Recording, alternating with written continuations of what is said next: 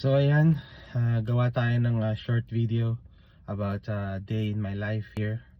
So kauwi ko lang galing work sa panggabi. So ayan, pahinga muna. Later pasok ulit. Time check guys. So 7:30. Ito, sinlock ko na yung gate. Papasok tayo ulit. Trabaho muna ulit. Ito nga pala si Pearl.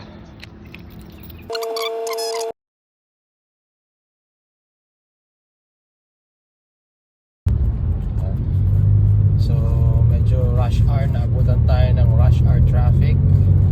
So parang EDSA, pero at least dito maandar. Okay, nakarating din sa work.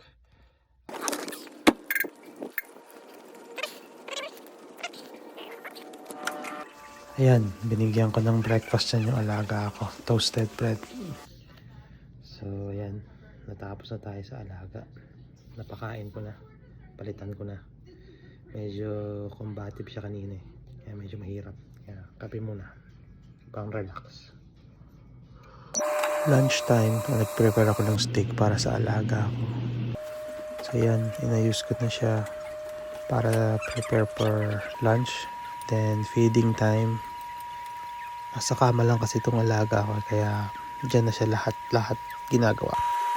Pagkatapos magpakain, syempre maglilinis na. Ayan, hugasan yung mga madumi.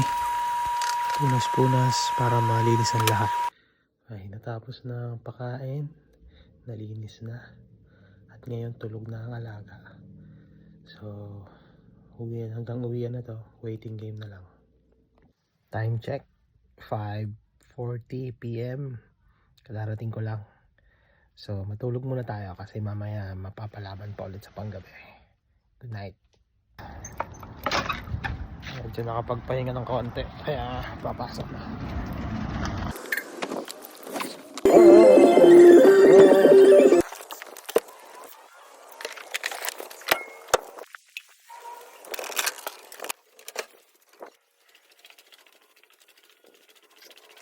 So yun na nga, dumating ako dito 8:30. So start ng shift ko yan hanggang 6 AM.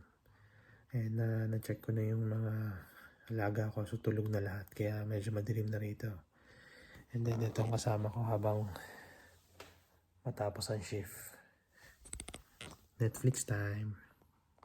Ito na ang huling round sa bago umuwi. Okay, uwi na. Tapos din ang shift. Panggabi. Tayo palabas na, patay ko na yung ilaw.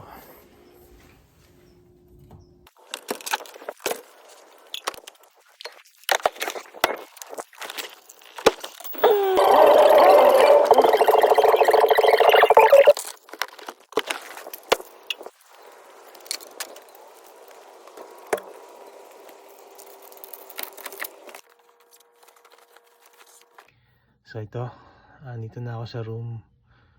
So yan, nakita nyo yung 24 hours na activity ko. So pasok sa umaga, pasok sa gabi. That's how it goes here.